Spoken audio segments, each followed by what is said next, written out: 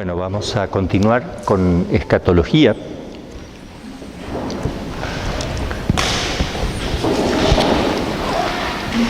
Estábamos viendo si se podía disminuir la justicia que le corresponden a los demonios y a las personas condenadas, si se puede reducir, si Dios lo reduce de alguna manera. Y decíamos que sí, porque estrictamente, en estricta justicia, si la ofensa es a un ser infinito y no hay arrepentimiento y se muere uno así, si la ofensa toca lo infinito, el castigo debe ser infinito, pero no puede una criatura soportar un castigo infinito. Ya, de hecho, metafísicamente hablando, es imposible. Entonces ya está aplicándose la misericordia. Y además, estoy seguro que la diferencia entre lo que sería, digamos, lo que se quita es infinito. Si se disminuye un poco, ya esa pena que deberían pagar con que se disminuye y no sea infinita, ya es infinita la misericordia del Señor. No sé si me entienden, porque la distancia que hay entre lo que falta todavía pagar es infinito. Entonces se aplica la justicia, es tremendo la condenación porque es la pena de daño que no verán a Dios, pero además el castigo que se añade por los pecados en el lugar que ya vimos, ¿verdad? La compañía de Satanás, el pagar en el cuerpo incluso lo que en el cuerpo se ha mal utilizado en la vida, porque es templo del Espíritu Santo. Nosotros creemos que esto es mi cuerpo y se terminó. Es templo del Espíritu Santo, no es mío. De alguna manera sí, pero de otra manera no. Porque nada es mío. Todo es don dado por Dios. Yo no lo fabriqué, yo no lo creé. Es algo que Dios me da y me lo da para que lo administre, porque no es mío. La vida no es mía. Yo debo administrar la vida. Hay gente que dice, yo hago con mi vida lo que yo quiero, con mi vida. Bueno, pero no es tu vida. Esa vida es vida de Dios, participada. Entonces no es que tú puedas, si tú pudieras darte la propia vida, sí, haz lo que quieras con tu propia vida y nunca morirás, porque tienes la vida, pero no tienes la vida. Causas de la disminución del castigo, tanto en el purgatorio, también en el purgatorio, que no se paga estrictamente, estrictísimamente es imposible. Primero era la misericordia infinita de Dios, eso ya lo vimos, y fundamental causa. La intercesión de la Virgen María, los devotos de la Virgen obviamente que van a tener una disminución mayor, porque Dios es justo. Quien ama a su madre, ¿verdad? Aunque haya sido un poquito, murió en pecado mortal, pero amó a su madre. No tiene mérito absoluto, pero ahí puede haber una consideración del Señor.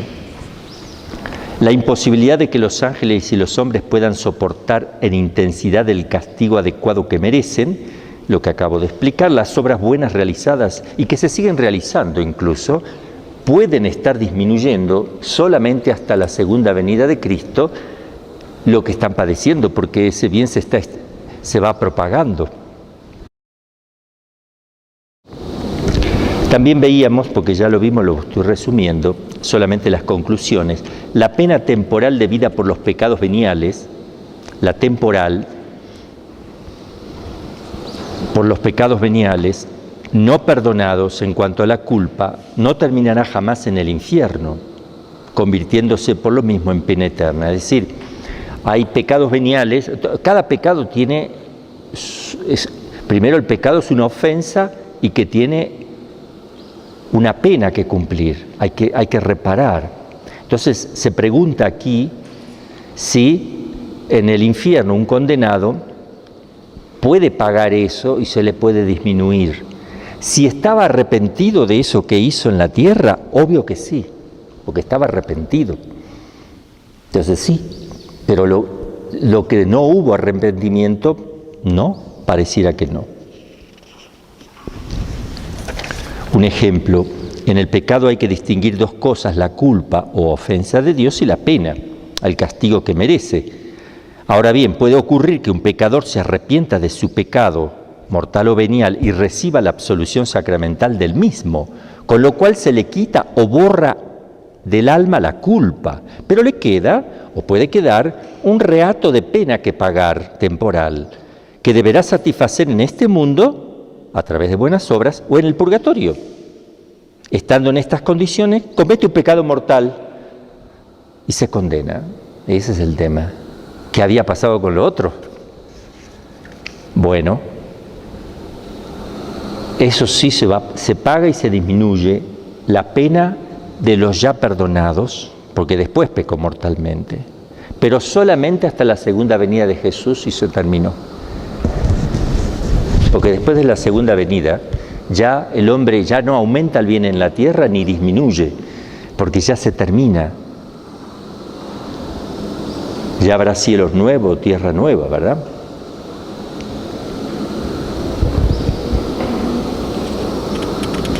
Bueno, también creo que vimos el caso de Trajano, ¿no?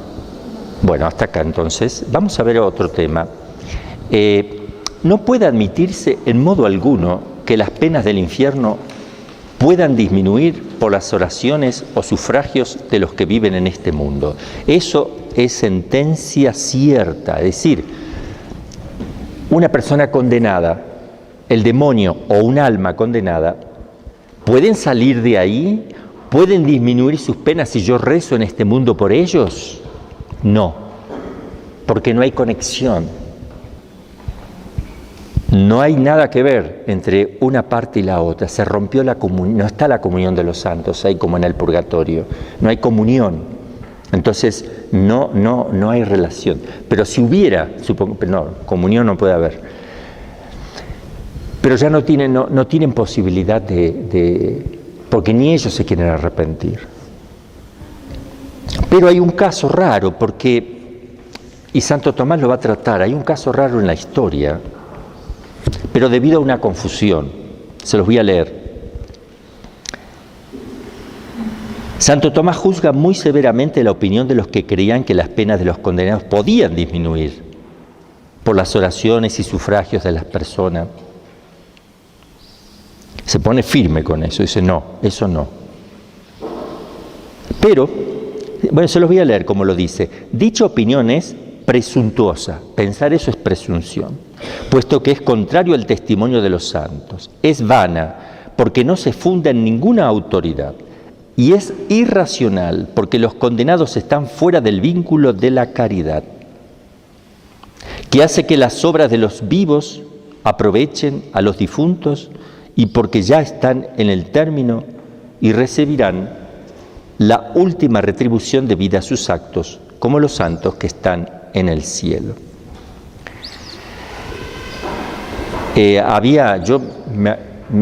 Una vez me encontré con que en un seminario X de otro país, los seminaristas rezaban por la conversión de los demonios. Pero es un error grave, herético. O sea, eso es una herejía. Porque no hay comunión con ellos, no hay caridad, no hay relación de amor. Al contrario. Bueno, pero de estos principios puede deducirse lo que hay que pensar acerca de la pretendida liberación definitiva de algunos condenados por la oración de los santos. Santo Tomás examina en este mismo artículo, en la objeción quinta, el famoso caso de Trajano. ¿Saben quién era Trajano? El emperador Trajano. Hay una columna ahí en Roma, en Piazza Venecia cerquita ahí, que conmemora las batallas de Trajano. Está todo esculpido, pagano. Santo Tomás examina este caso que según una leyenda atribuida falsamente a San Juan Damasceno, y ahí viene el tema, en la época de Santo Tomás se creía auténtico. Si San Juan Damasceno decía esto por su propio testimonio, ¿cómo arreglamos este asunto? Dice Santo Tomás, ¿cómo? Y lo explica de una manera espectacular. Ya van a ver que puede perfectamente ser así. Para salvar la herejía, porque nadie puede salir de ahí y no hay contacto. Que según San Juan Damasceno, Trajano habría sido liberado de las penas del infierno por las oraciones de San Gregorio. Lo decía San Juan Damasceno, pero después se descubrió que no es San Juan Damasceno, que era un escrito que no de él, digamos un apócrifo falso. Hoy está demostrado que el texto atribuido a San Juan Damasceno no le pertenece, pero en tiempo de Santo Tomás se tenía por auténtico y sin duda, por respeto a la autoridad de San Juan Damasceno, Santo Tomás se esfuerza en buscarle alguna solución y lo va a solucionar así. A ver, Trajano condenado, resulta que estuvieron rezando por él y se salió. ¿Cómo podemos explicar? Y dice él, el hecho de Trajano se puede explicar probablemente del siguiente modo. Por las oraciones de San Gregorio, volvió de nuevo a la vida. No había sido juzgado, como ha pasado con algunos santos, ¿no? Que no fueron juzgados, fueron suspendidos. Volvieron a la vida. El caso de Gloria Polo, lo que ella cuenta es probable. O sea, está dentro de la probabilidad, no es que se condenó en el infierno y después salió, no llegó, se le suspende. Y así consiguió la gracia por la cual obtuvo la remisión de sus pecados y por consiguiente la liberación de su pena, como ocurrió también en todos aquellos que fueron resucitados milagrosamente, muchos de los cuales consta que fueron idólatras y condenados. De todos ellos hay que decir que no estaban definitivamente asignados al infierno, sino según la presente justicia de los propios méritos. O sea, le hubiera tocado el infierno, porque en virtud de causas superiores con las que se preveía que habían de volver a la vida, se había de disponer de ellos de otra manera.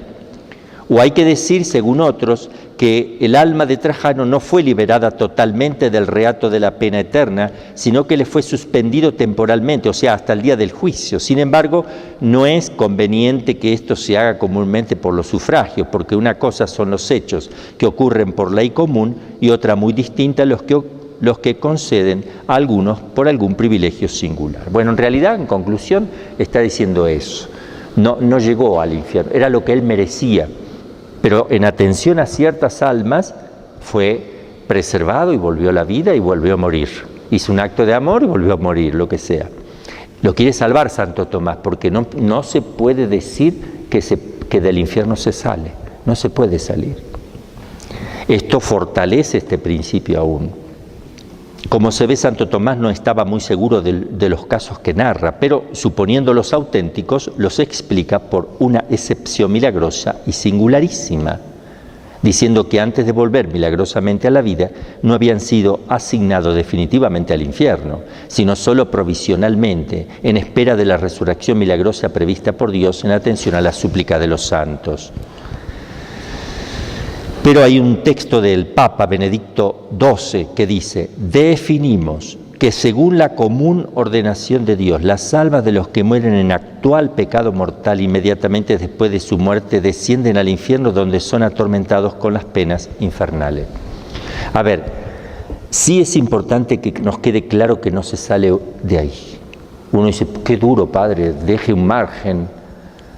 No puedo dejar un margen. Primero porque no es verdad. Y no es verdad porque el magisterio lo enseña. Pero si yo te dejo un margen, te miento. Porque ese margen rompe lo eterno. Un margen de chiquitito ya rompió lo eterno. Ya no puedo decir que es eterno el infierno. Porque dejé un margen. No es así. Entonces hay que decir las cosas claras ahora para que después no ocurra la catástrofe. Por eso la Virgen, cuando viene a Fátima, enseña a los niñitos el infierno. O sea, todo es muy claro. Porque si yo dejo márgenes, pongo en peligro a la humanidad. Yo tengo que decir lo que es en realidad, aunque duela, aunque asuste. Si tú tomas veneno, te mueres. Y lo tengo que decir. Yo no puedo decir, bueno, dejemos un margen de que no, pobre, la gente se asusta. Mira, si te puede aplastar un carro en la carretera si tú no miras bien. Ten cuidado. No, ¿cómo le vas a decir eso a tu hijito? Lo estás traumando. No lo trauma porque es una gran realidad. Si yo no se lo digo, él le va a pasar. Tengo que decirle, mira bien, cuando vas a cruzar, cruza por la parte peatonal, porque hay realidades que no se pueden deformar y son catastróficas. Más las cosas del espíritu, que son tremendamente definitorias. No es como la parte carnal, temporal, que todo tiene un remedio. En el orden espiritual las cosas son muy claras y no se cambian.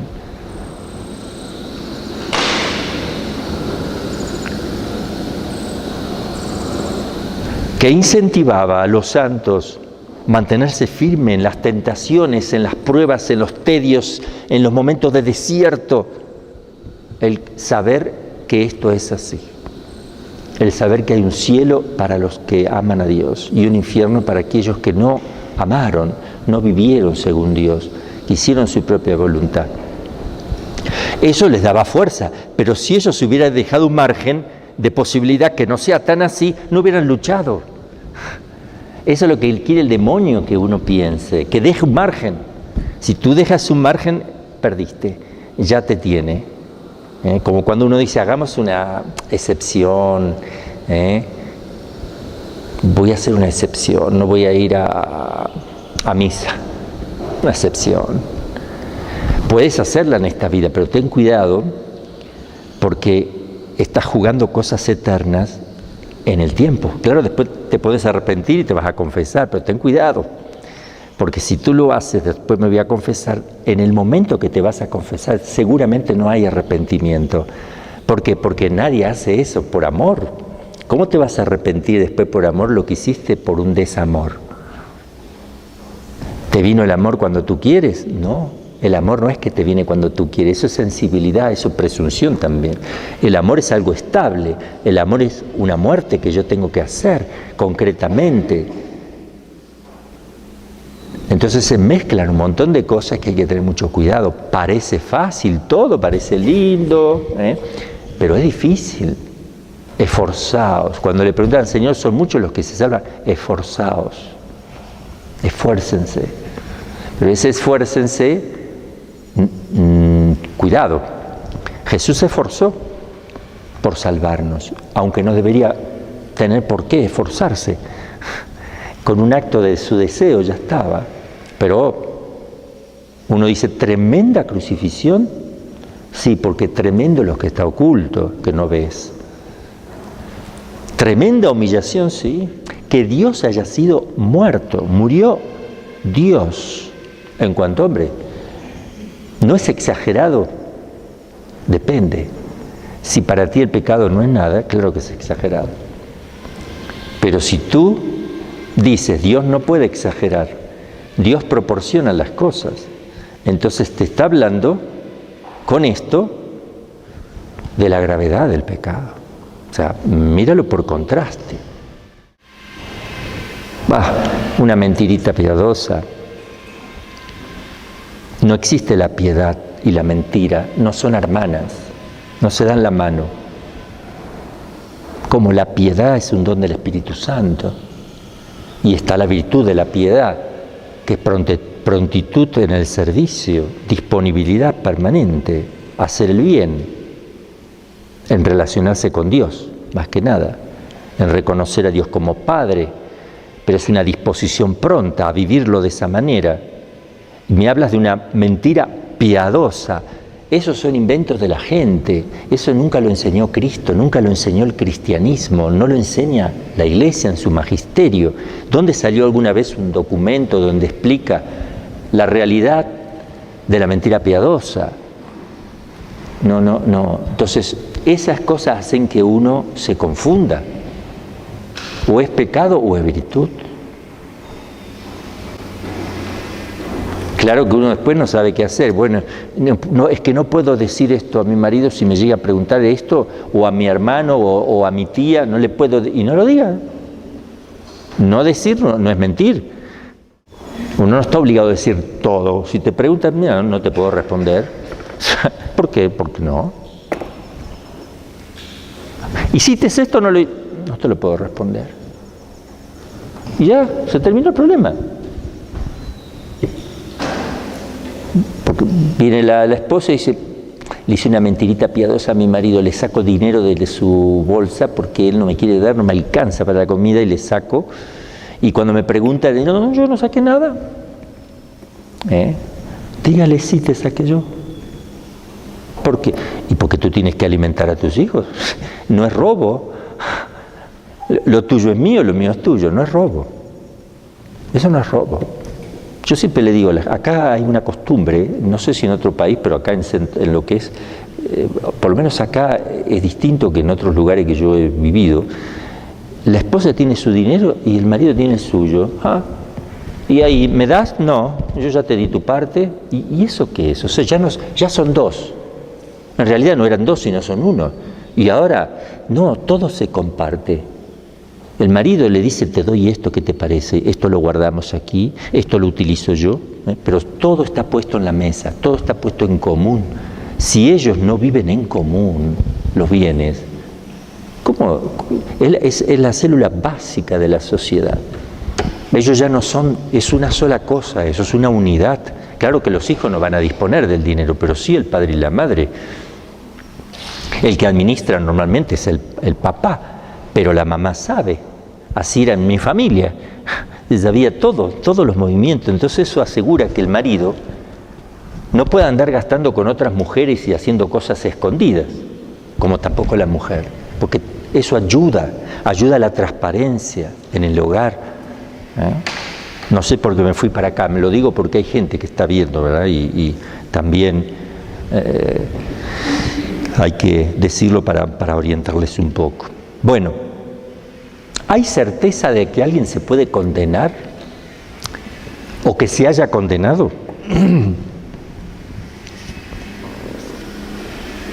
Nosotros tenemos nombres de algunos demonios, porque no se refiere a los ángeles, porque sabemos que Satanás es un nombre, Belzebul, Belial, Asmodeo, Luzbel, Lilith, salen en la Escritura, son demonios con nombres. Acá nos referimos a las personas. La Iglesia no ha declarado jamás oficialmente la condenación de nadie. Sí ha proclamado la canonización, la santidad, el que está en el cielo seguro, pero no puede, nunca lo ha hecho de hecho. Incluso el famoso caso del profesor Diocré, ¿se acuerdan? Que por justo juicio de Dios ha sido condenado, etcétera. La Iglesia lo da como posible, como revelaciones privadas. Y claro, sí es posible, pero oficialmente la Iglesia no lo establece. Incluso cuando uno se ahorca y se quita la vida, que se va a condenar, porque si lo hace consciente, voluntario, se condena, a no ser que tenga una enfermedad, que lo disminuya la responsabilidad, una desesperación o alguna cosa que pueda justificar, nada justifica eso, que pueda disminuir la responsabilidad. Pero el que se muere quitándose la vida, se condena. Y la Iglesia, para que la gente vea que eso es así, no hace misa de cuerpo presente, pero no significa que no pueda pedir en la misa por ellos. Sí, lo que solamente se prohíbe es que entren con el cuerpo, que no le agrega mucho, es solo una pequeña indicación de la Iglesia para que la gente dice, ¿y por qué no puede entrar con el cuerpo? Porque se quitó la vida y eso es algo gravísimo. Bueno, son medidas disciplinares, no porque la Iglesia no quiere o rechaza, como hace la gente, no, te está enseñando, te está diciendo, no te está diciendo que no puedes rezar. Pide la misa y te van a pedir por él. No puedes entrar con el cuerpo a hacer misa de cuerpo presente para enseñar a la gente que ese acto es gravísimo y que sí merece la condenación.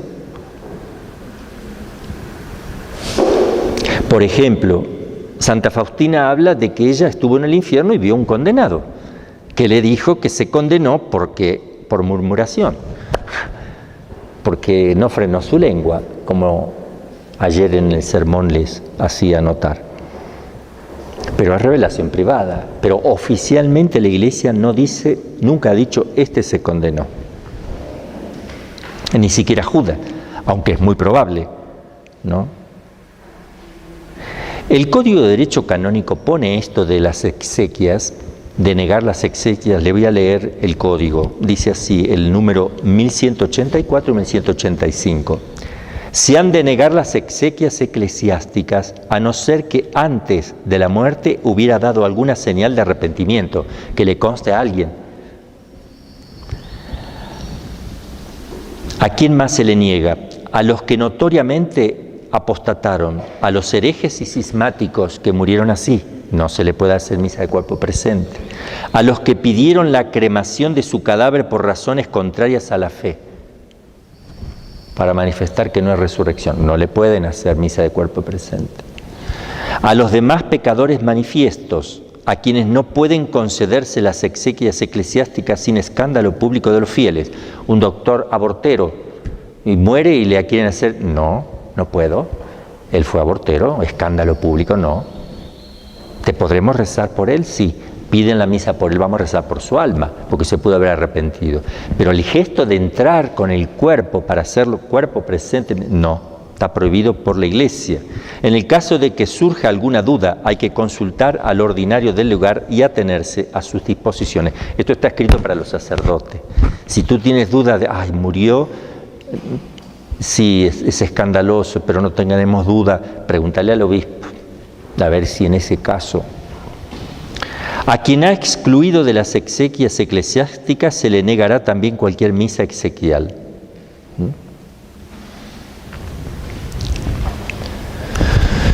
Bueno, vamos a ver las consideraciones morales, es decir, el beneficio espiritual moral que se tiene de meditar el infierno, de conocer qué es y de aceptarle, qué beneficios trae. En primer lugar, es un error muy grande pensar que los motivos del amor de Dios son más eficaces para atraer a los caminos del bien a toda clase de almas indistintamente. Es decir, es falso decir en este momento histórico más que nada que si tú hablas del amor de Dios, atrae más fácil que si hablaras del infierno. Es falso. Porque ¿quién conoce lo que es el amor hoy día?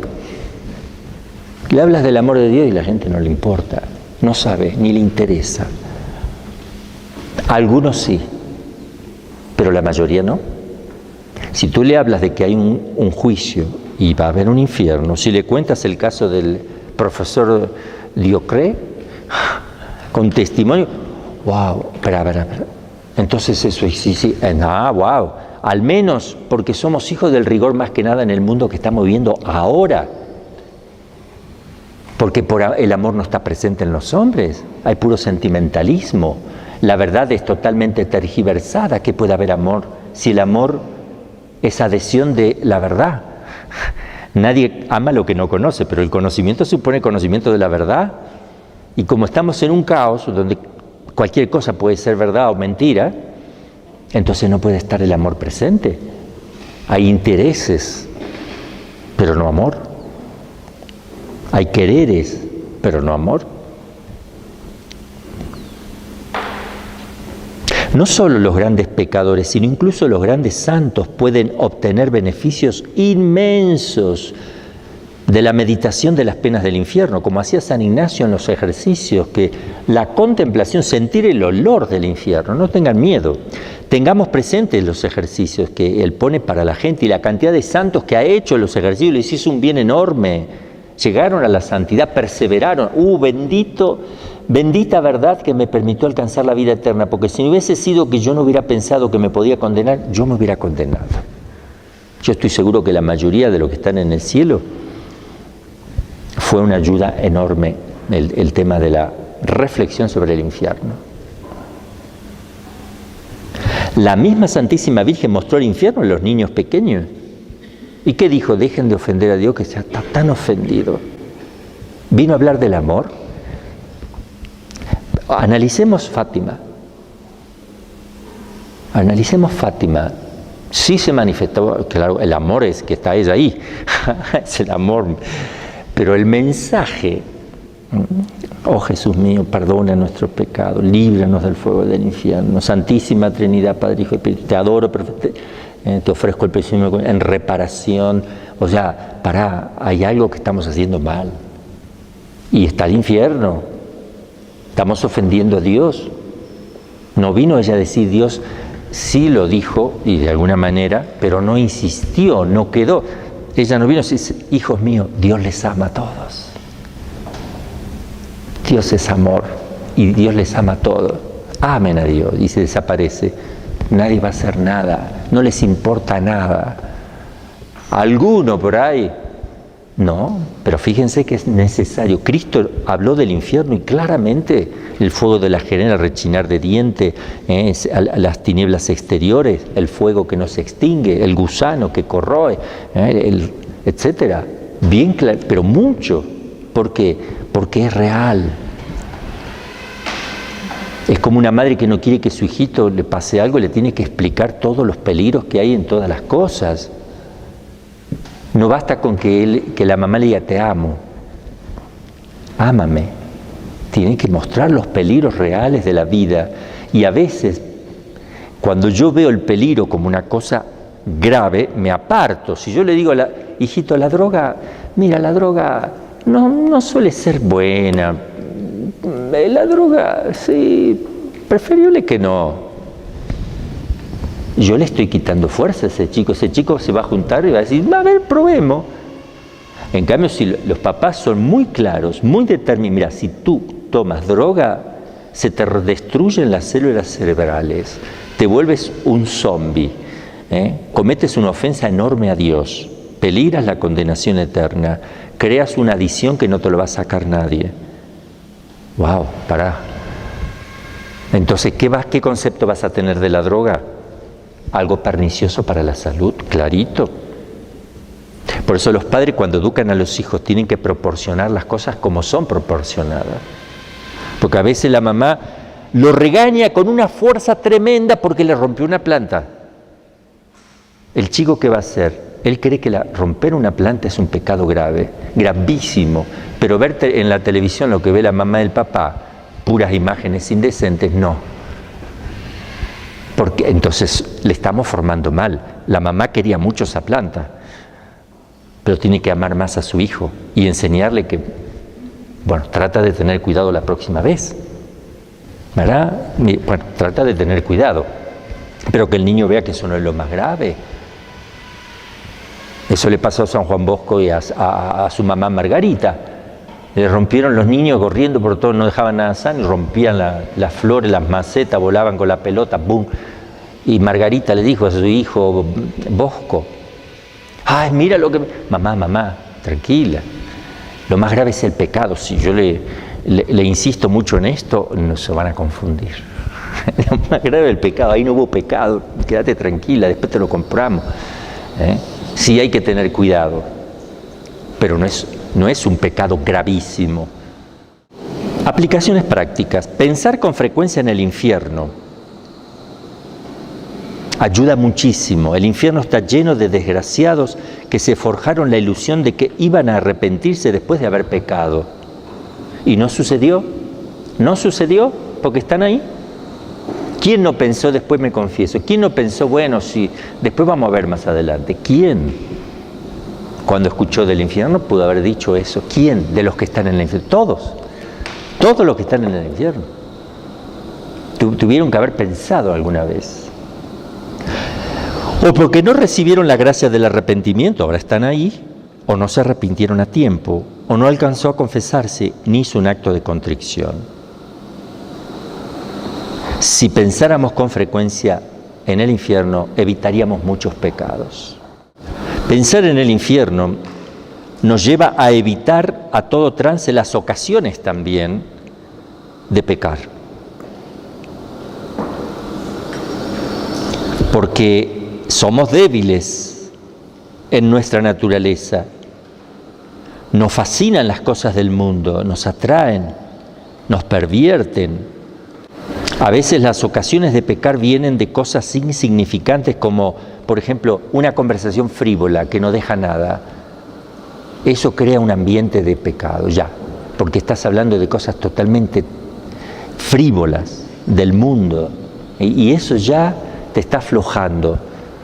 Está creando una atmósfera entre los que están hablando eso, que se ríen así tipo mundano. Ya estás creando una atmósfera, ya estás abriendo un caminito. Una actitud sin pudor, por ejemplo.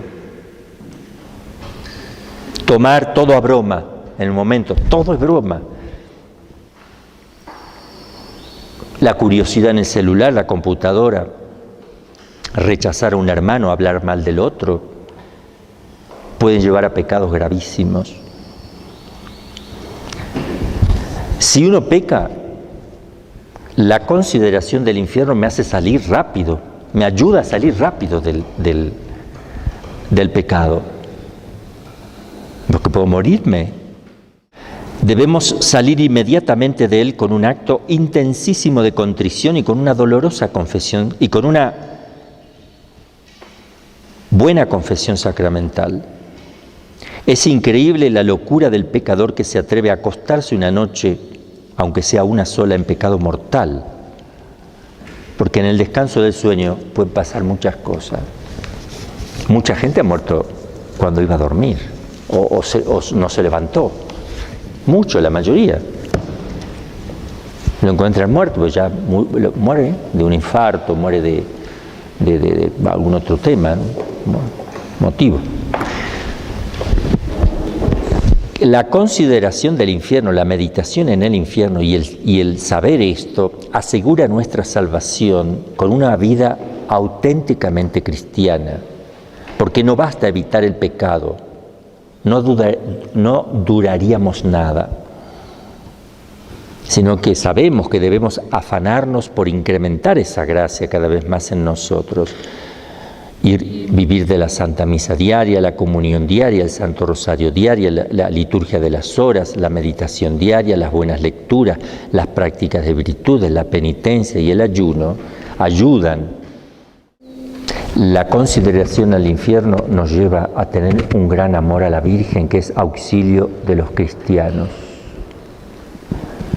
La invocamos porque nos sentimos indefensos. San Bernardo dice de ella: si se levanta la tempestad de la tentación, de las tentaciones, si caes en el escollo de las tristezas, eleva tus ojos a la estrella del mal, invoca a María. Si te golpean las olas de la soberbia, de la maledicencia, de la envidia, mira a la estrella, invoca a María. Si la cólera, la avaricia, la sensualidad de tus sentidos quieren hundir la barca de tu espíritu, que tus ojos vayan a esa estrella, invoca a María. Si ante el recuerdo desconsolador de tus muchos pecados y de la severidad de Dios te sientes ir hacia el abismo del desaliento, de la desesperación, lánzale una mirada a la estrella, invoca a la Madre de Dios. En medio de tus peligros, de tus angustias, de tus dudas, piensa en María, invoca a María. El pensar en ella y el invocarla sean dos cosas que no se parten, nunca, que no se aparten, falta nada. Nunca, ni de tu corazón ni de tus labios. Y para estar más seguro de su protección, no te olvides de imitar sus ejemplos. Siguiéndola, no te pierdes en el camino. Implorándola, no te desesperarás. Pensando en ella, no te descarriarás. Si ella te tiene de la mano, no te puedes hundir. Bajo su manta nada hay que temer, bajo su guía no habrá cansancio, y con su favor llegarás felizmente al puerto de la patria celestial. Amén. Y por último, la humildad. En la consideración del infierno te lleva a ser humilde. Ayuda mucho a la humildad. La humildad de corazón es una real protección contra el infierno también. Porque todos somos rescatados del infierno, todos, porque nacimos en pecado original. Puede ser que por ahí alguno no haya cometido un pecado mortal en toda su vida. Entonces a lo mejor dice, no, yo nunca cometí un pecado mortal, por tanto no merezco el infierno, no me sacaron de... Sí, naciste en pecado original, claro que sí. Somos por tanto todos sacados del infierno, de alguna manera se puede decir. Entonces eso nos humilla, nos mantiene humilde también. Bueno, hasta ahí no sé si hay alguna pregunta que quieran hacer a los religiosos diezmados, las hermanas. La gente no puede hacer preguntas, pero bueno, si los hermanos y hermanas hacen, sí es fácil para ustedes, pero como no hacen, son muy inteligentes. Entonces, hacer preguntas es de inteligentes. Hacer preguntas es de inteligente. Quiere decir que uno está pensando, analizando y buscando, indagando, no se queda con lo que le dicen, tiene inquietud. Bueno, vamos a pasar a otro tema, el llamado limbo de los niños. ¿Qué pasa con este tema? El limbo yo les voy a hacer una síntesis así rapidita, después vamos a ver algunos puntos, porque mientras vamos viendo algunos puntos no sea cosa que se confundan y se quede todo mezclado.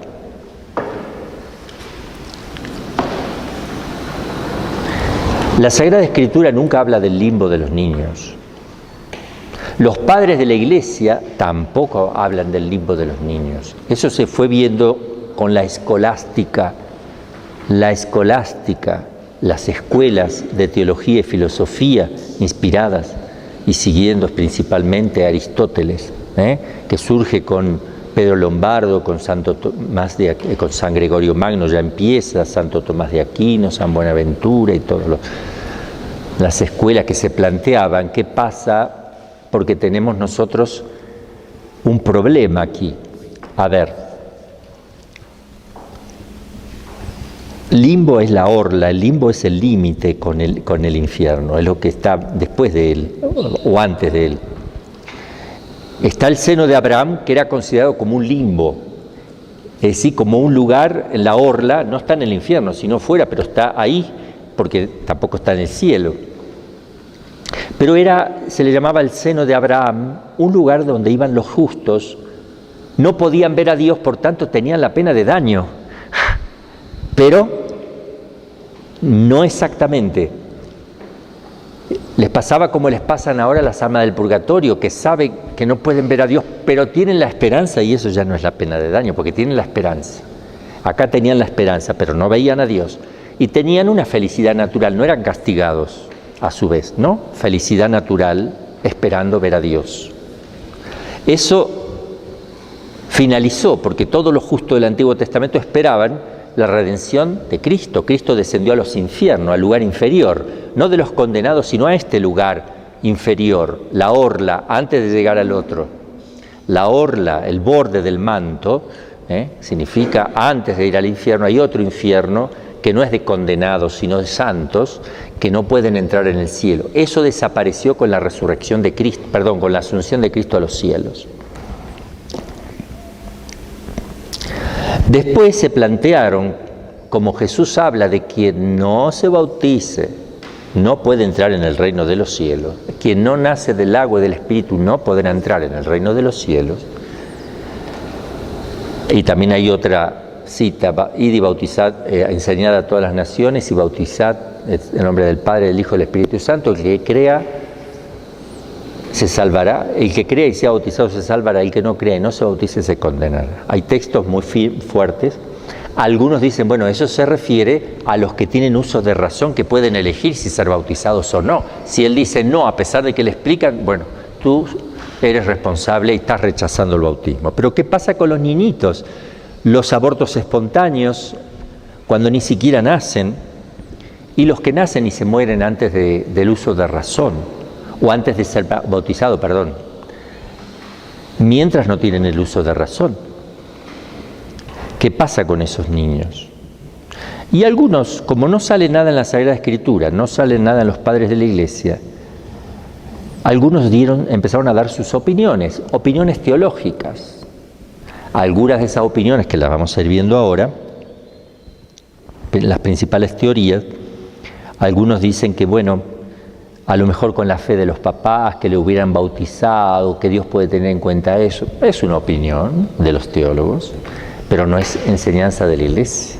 Otros dicen que en el momento de morir esos niños van a tener una pruebita que Dios le va a hacer, para adherir a Él o no.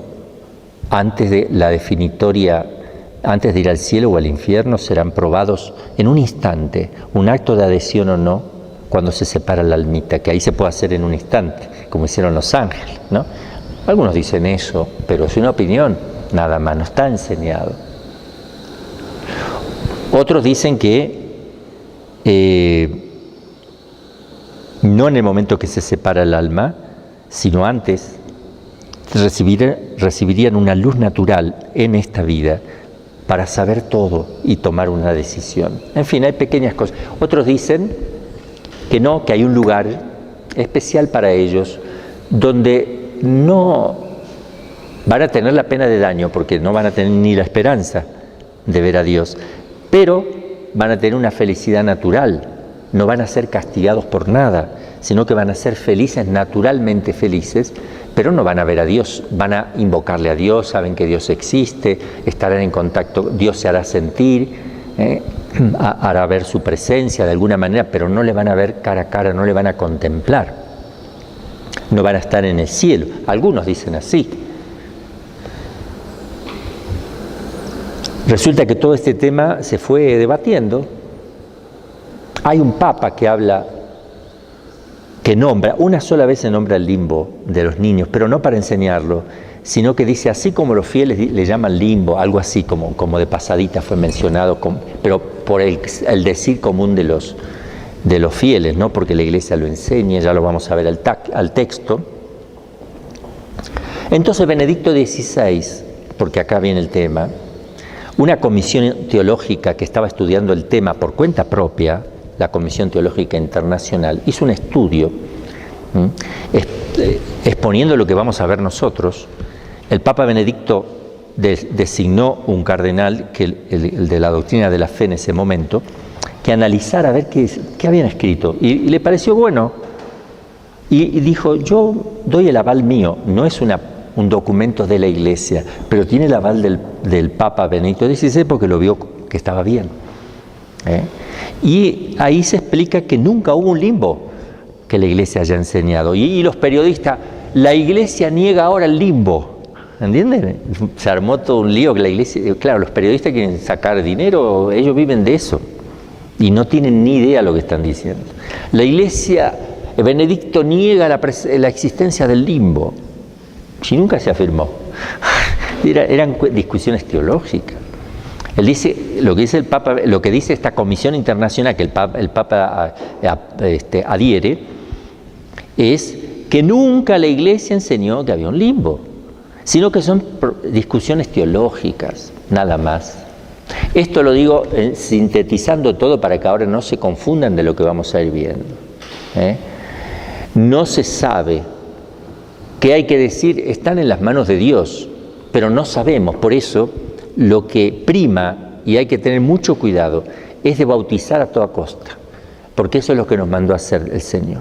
Si yo digo que no, pero seguro que están en la misericordia, no puedo decir seguro, porque si yo digo eso y me escucha alguna mamá que está por nacer su hijito y no se preocupa de ir a buscar a alguien que le bautice, ni se preocupa, bueno, queda en la misericordia, estamos haciendo un daño enorme, porque estamos enseñando lo que es una opinión teológica como una enseñanza de la Iglesia. No, te haces responsable tú y de las consecuencias, porque estás enseñando lo que es una opinión teológica y no lo que te está enseñando la Iglesia.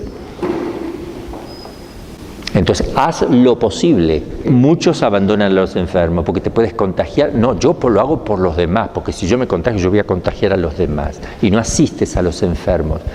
Dios te puso para que asistas en el momento de la muerte. Hay un sacramento para el momento de la muerte. Debes llevar la Sagrada Comunión a los enfermos, ir y confesarlos, llevarle la unción. Porque, no, total, todo lo mismo, Dios es bonito. ¿Por qué pasa que nadie va? Porque estamos en una crisis doctrinal gravísima en el concepto, en la doctrina. Y se están condenando muchas personas porque hemos claudicado en la fe. Porque es más fácil creer a los que dicen que no te contagies que pensar que se puede condenar a una persona. Yo prefiero pensar que lo estoy cuidando de salud. Yo puedo pensar, no, yo estoy cuidando a los demás. Ah, qué bien, te aplauden, qué linda, qué virtuoso. Se te está condenando una persona. Y el otro va a vivir tal vez un poquito más, pero no te aseguran que sí se va a condenar también.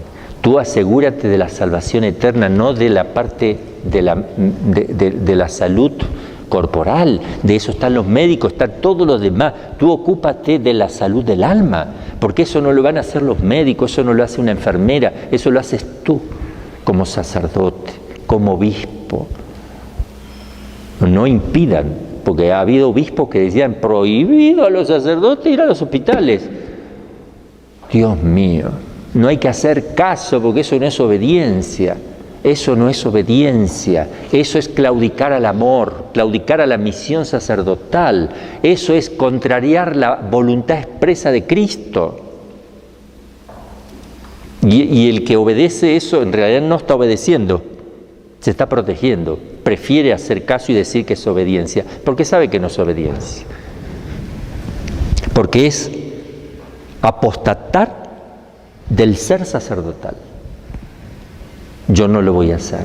Si hay un enfermo muriendo, ahí estoy. Que me excomulguen, ahí estoy, salvando un alma. ¿Me entienden? Porque eso, ¿cómo te van a excomulgar por salvar un alma? Dios mío, entonces Cristo está excomulgado. Murió por todos. Y murió, Porque no voy a subir a la cruz, no sea cosa que me muera. ¿Ve? Cuidamos la salud.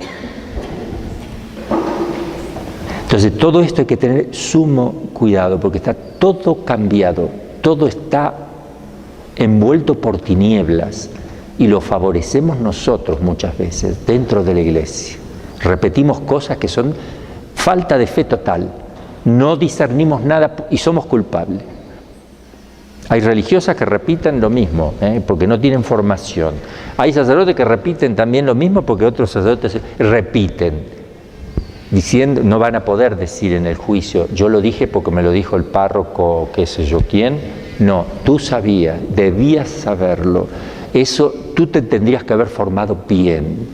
Tú no puedes abandonarme cuando yo estoy muriendo, Jesús le va a decir, en un lecho y me puedo condenar. A ti no te importó que yo me condenara, porque ese que se condenó era yo. No lo asististe, yo morí por ti, ¿qué hiciste tú por mí?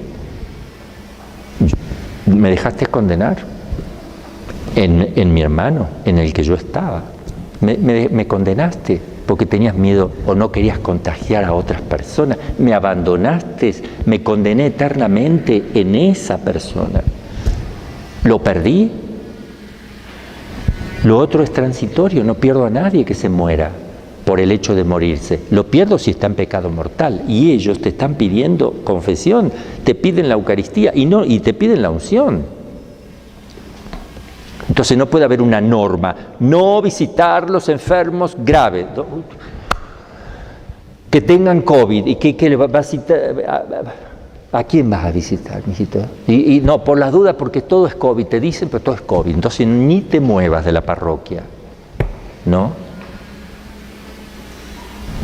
Esto creo que es importante ante toda pandemia, ante toda enfermedad. La historia de la Iglesia jamás hizo lo que se está haciendo ahora. Siempre dieron la vida por los enfermos, siempre murieron en las pestes, con honor, y esos tienen un lugar especial en el cielo, porque eso es martirio. Mueren por Cristo, porque ven a Cristo en su hermano. Y eso merece el cielo. Y si uno quiere ayudar, te lo prohíben, porque te puedes contagiar, porque no es tu diócesis, porque no es tu parroquia y porque no te corresponde. Bien, así estamos en el mundo. Sin embargo, si eres sacerdote y te enfermas con COVID o obispo, vas a pedir que alguien te venga a confesar, porque te agarra súper miedo. Ahí sí que no importa que se enferme, ¿no? Tu hermano sacerdote, ven y tráeme los sacramentos y ven a confesar. Sí lo vas a pedir. Tú que prohibías a tu sacerdote asistir a los enfermos en los hospitales, ahora estás enfermo de COVID.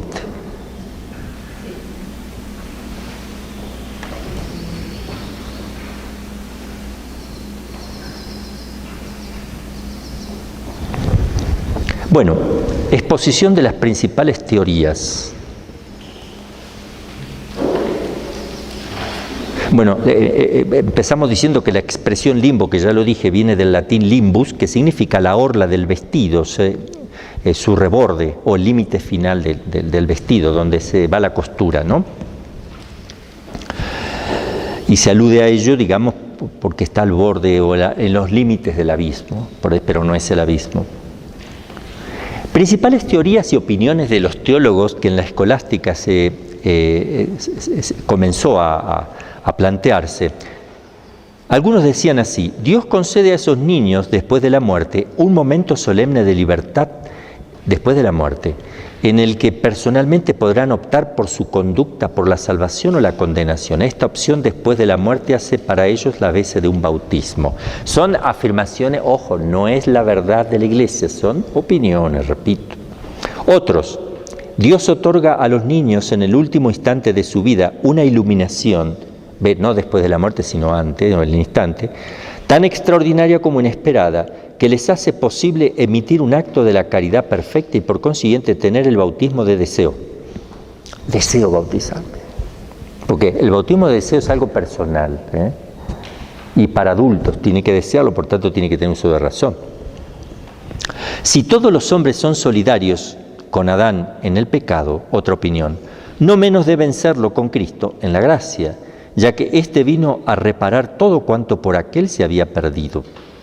La Iglesia suple la impotencia personal de los niños con el voto implícito suyo de que todos los hombres se solidaricen con Cristo. Es decir, que la Iglesia supliría, eso es cierto, que hay Iglesia suple, es un principio, que la Iglesia suple ciertas cosas. Por ejemplo, supongamos que uno es sacerdote y no es sacerdote, cree que es sacerdote y no. Por ejemplo, lo bautizaron con leche, porque esto pasó de verdad. Un niño que nació, una mujer en el campo, bautizaba con leche de cabra, eso en la Argentina. Y entre esos que bautizó, uno llegó a ser obispo. Y siendo obispo escuchó, la fulana que cuando ella era jovencita, ahora ya tiene no sé cuánto, ella bautizaba, y la mujer empezó a explicar que bautizó a mucho y que bautizaba con leche de cabra. El obispo abrió los ojos así. Nadie me dijo que yo fui bautizado con leche de cabra, por tanto no soy obispo, por tanto no soy sacerdote. ¿Y qué pasó cuando yo absolvía pecados a tanta gente? ¿Y las misas valían o no valían? Dios mío, bueno. Eclesia suple significa que ese sacerdote que no era sacerdote porque fue bautizado no con agua sino con leche, que tuvo que después bautizarse, recibir la confirmación, volver a ordenarlo de diácono, de sacerdote y de obispo. Entonces, y todos los que él ordenó son falsos sacerdotes. Y por tanto tuvo que ordenar de vuelta a todos los que él ordenó y diáconos. ¿Qué pasaba con los sacerdotes que absolvían? Eclesia suple, quiere decir que en atención a la ignorancia, porque hay una imposibilidad de saber eso, con que hagan todo correctamente, como corresponde, porque uno piensa, la Iglesia suple. Eclesia suple, no te preocupes, Dios lo tiene en cuenta a través de su Iglesia. Y acá lo quieren aplicar así también, que no podría ser una opinión, pero no lo está enseñando la Iglesia. Cuarto, otra opinión. Es suficiente con la fe de los papás para justificar un niño. Si los papás tuvieran fe, ellos se van a salvar. No, es otra opinión. San Agustín tiene una afirmación muy dura y la mantiene y explica. Él afirmaba que los niños muertos sin bautismo no solo son privados de la visión beatífica, porque no pueden entrar al cielo, sino también sometidos a algunas penas, pero leves. Pobrecito. Pero uno lo ve pobrecito como chiquitito, no, el alma no es chiquitita. Pobre los niñitos chiquititos, cuando se sale el alma no es chiquitita ni grande ni nada, ni pesa ni nada, no tiene forma. Es una forma subsistente, pero no tiene forma externa, forma segunda. Y ya no es nenito, ya es un yo totalmente consciente. Claro, no han pecado, entonces, pero él dice que tendrán algunas, la verdad que algunas penas muy leves, pero no sé por qué, la verdad que no sé por qué, pero él mantiene siempre eso, porque dice que, pues, claro, por el pecado original. Su posición fue sostenida por algunos padres y por diversos teólogos, pero nunca lo enseñó la Iglesia.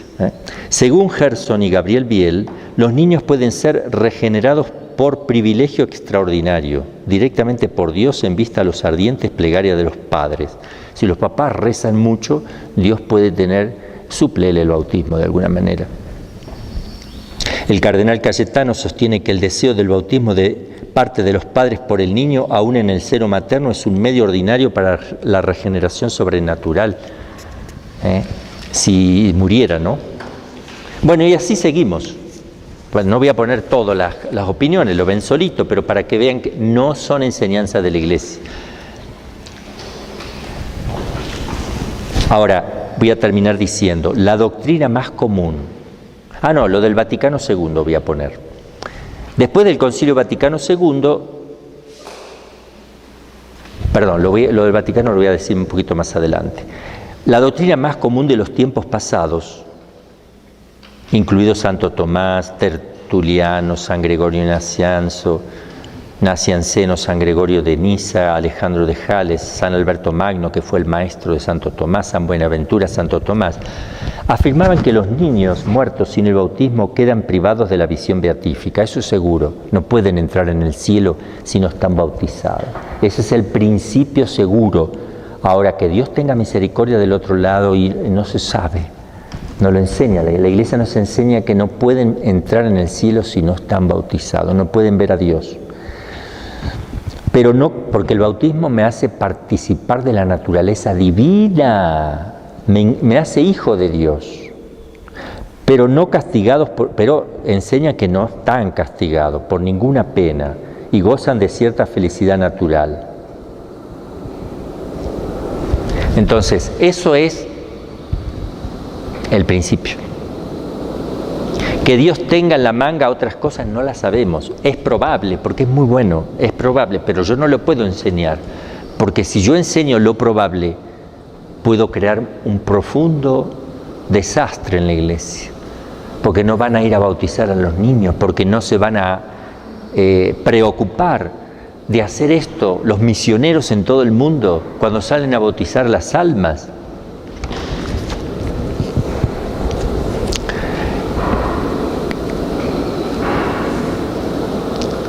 La existencia del limbo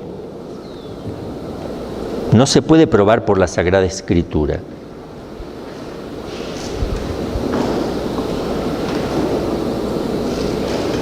Hay un texto en la Escritura donde se nos habla del seno de Abraham, pero no se hace alusión donde van los niños muertos sin bautizar.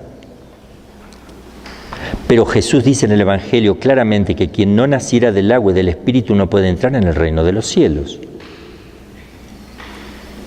Y cuando Jesús habla de la sentencia final, no aparecen más que los que están a la derecha o a la izquierda. No habla de los que están en el medio.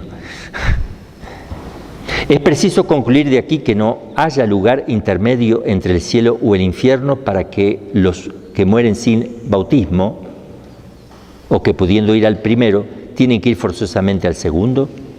A San Agustín, bueno, entonces, cuando el Señor es claro en esto, derecha, izquierda, no habla de un lugar intermedio de niños, de eso no se habla. Los santos padres sostenían, así, no se plantearon a fondo este tema, simplemente pensaban que si no te bautizas te vas al infierno, pero no se plantearon, tenían la doctrina sencilla y simple, hay que bautizarse, pero no se empezaron a plantear porque no hicieron un tratado sobre ese tema. Solo la escolástica empezó a plantearse, como yo les decía, todo este tema, donde vienen todas estas opiniones que hemos leído. El magisterio no habla nunca expresamente. El Concilio de Cartago dice: si alguno pretende que las palabras del Señor, en la casa de mi Padre hay muchas moradas, deben entenderse en el sentido de que existe en el reino de los cielos o en alguna otra parte un lugar intermedio donde serían bienaventurados los niños muertos sin bautismo, sin el cual no pueden entrar en el reino de los cielos, que es la vida eterna, sea anatema. No está condenado, no se puede decir que hay un limbo, que hay un lugar especial para los niños en el cielo que no fueron bautizados. No se puede enseñar, eso está condenado.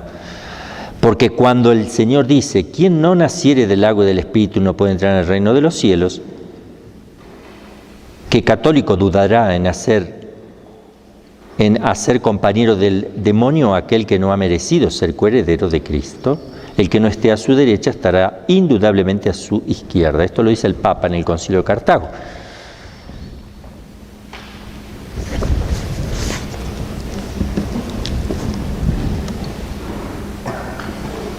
Ahora, Inocencio III, en el año 1201, estoy en la página 135, dice que la pena del pecado original es la carencia de la visión de Dios. Si tú tienes el pecado original, carece, no puedes ver a Dios.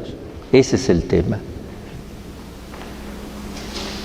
Y con el pecado actual mereces los tormentos, además del infierno. Pero estos niños no tuvieron pecado actual, solo el original que se llevan.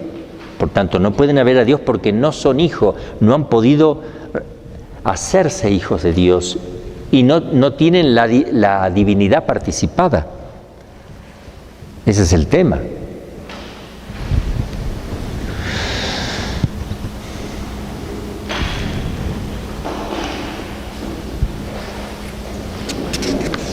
Estoy resumiendo un poquito porque lo que viene es muy simple. Es aquí donde viene después, ¿qué nos dice el catecismo? Que es lo último que se escribió doctrinalmente. El nuevo catecismo, llamado así, o el catecismo de la Iglesia, que se proclamó en tiempos de Juan Pablo II. ¿Qué nos dice sobre el limbo de los niños? Acá le voy a leer lo que dice y que nos quedamos con esto. Y nos quedamos con lo que dice el Papa Benedicto, o no lo dice él, lo que él aprobó o adhirió, pero no es magisterio enseñado, sino que el Papa adhiere él, y lo dice expresamente.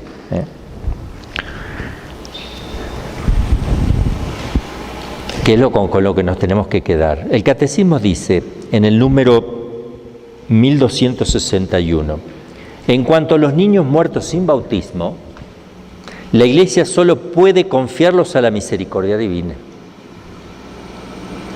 como hacen el rito de las exequias por ellos. En efecto, la gran misericordia de Dios, que quiere que todos los hombres se salven, y la ternura de Jesús con los niños, que les hizo decir: dejad que los niños se acerquen a mí y no se lo impidáis, nos permiten confiar en que haya un camino de salvación para los niños que mueren sin bautismo.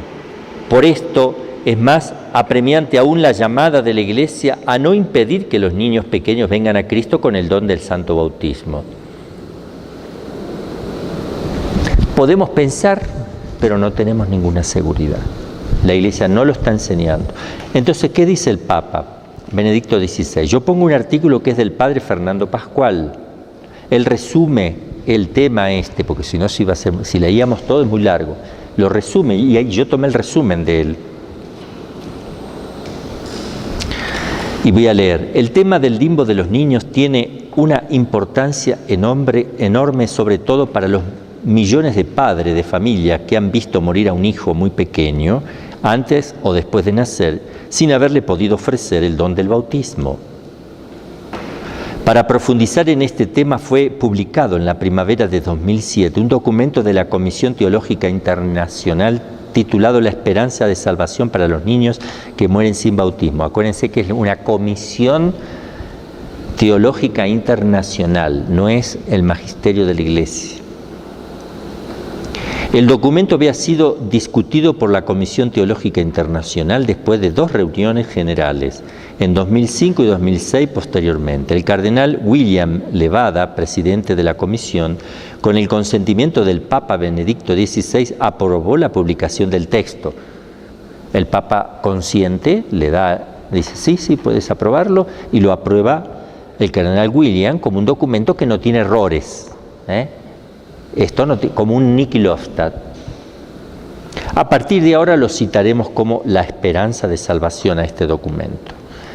Hay que aclarar que este documento no puede ser considerado en todas sus partes como un acto del magisterio, dice el padre Fernando Pascual, si bien ofrece continuas referencias a textos de la Escritura, de la tradición y del magisterio de la Iglesia.